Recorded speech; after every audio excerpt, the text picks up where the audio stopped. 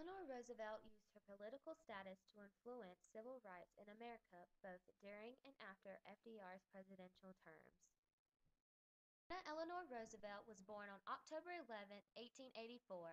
She was the first child of Anna Hall Roosevelt and Elliott Roosevelt. Eleanor did not have the happiest childhood. Her father was an alcoholic and her mother was not nurturing. Eleanor's mother died in 1892 and her father died 9 months later of alcoholism and depression. Eleanor became an orphan at the age of 10 and was put under the care of her grandmother. Her grandmother sent her to Allenswood Academy in London in 1899.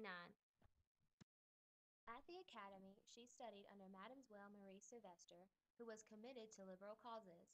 Sylvester shaped both the social and political development of Eleanor. Eleanor later claimed that Sylvester was one of the most important influences of her life. Eleanor returned to America in 1902. She met her fifth cousin Franklin Delano Roosevelt on a train and they began secretly courting each other. Although Franklin's mother believed the couple was too young for marriage and made attempts to separate the couple, Franklin and Eleanor became engaged on November 22, 1903. The couple was married in 1905 and within a year Anna, their first child, was born. Within a decade she had 6 children, one of which died soon after birth. Although Eleanor loved Franklin, she struggled in her married life. Her mother-in-law was overbearing, and Eleanor felt overwhelmed with her many young children. By the early 1920s, the Roosevelts' relationship became more of a professional partnership than a marriage. Eleanor searched for intimacy elsewhere after she discovered FDR had an affair with her social secretary, Lucy Mercer, in 1918. It would be harmful for Franklin's political career to go through a divorce with Eleanor after a cheating scandal. Therefore, Franklin convinced Eleanor to stay married to him while he secretly continued to see Lucy. In 1924, Eleanor Roosevelt learned about the right for people to organize in unions.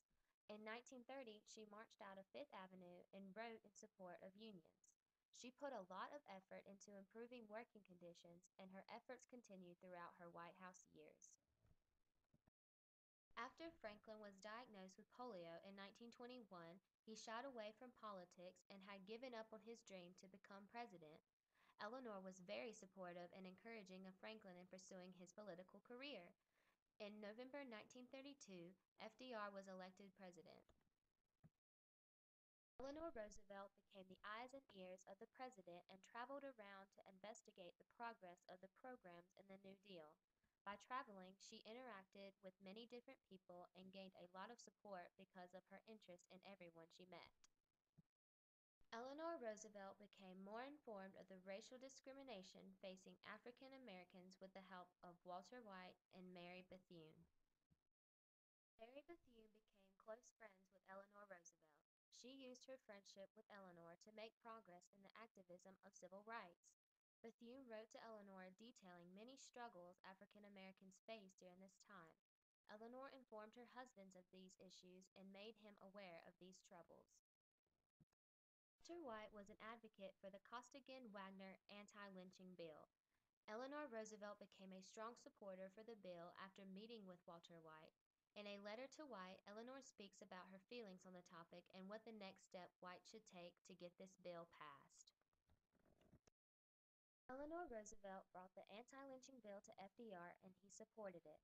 However, he would not urge it to pass because of the fear that he would lose support and votes from the South. People in the White House became annoyed with Eleanor's support for the anti-lynching bill, and this aided in the fact that the bill was never passed. Eleanor Roosevelt traveled and made speeches supporting equal rights of all citizens. She also wrote articles in newspapers to advocate for equal rights and to express her opinions on the topic. Her most public displays were very effective at portraying her displeasure with laws like the Jim Crow laws. She went to the Southern Conference on Human Welfare Convention in 1938. Police officers told her she wouldn't be able to sit with Mary Bethune because laws were against integrated seating. Eleanor took a seat and placed it in the aisle to prove her disapproval of Jim Crow laws. In the Chicago Defender, Eleanor defended Madame Chiang Kai-shek's recent articles about race discrimination and the war. In this article, Eleanor declares, "We cannot force people to accept friends that they have no liking, but living in a democracy, it is entirely reasonable to demand that every citizen of that democracy enjoy the fundamental rights of a citizen." After FDR's death, Eleanor still worked for human rights. Eleanor Roosevelt joined the NAACP Board of Directors in May 1945. The NAACP appointed her to its Legal Affairs Committee. She then pressured Truman to employ a Fair Employment Practices Commission, which helps lobby against poll taxes, and proposed low-income federal financed housing. Eleanor was a delegate to the first meeting of the United Nations. She worked to draft the Universal Declaration of Human Rights, which passed by a unanimous vote on December 10, 1948. As Maureen H. Beasley stated, as First Lady, Eleanor demonstrated an eagerness to learn about social conditions and to do what she could to improve them that far surpassed the efforts of predecessors.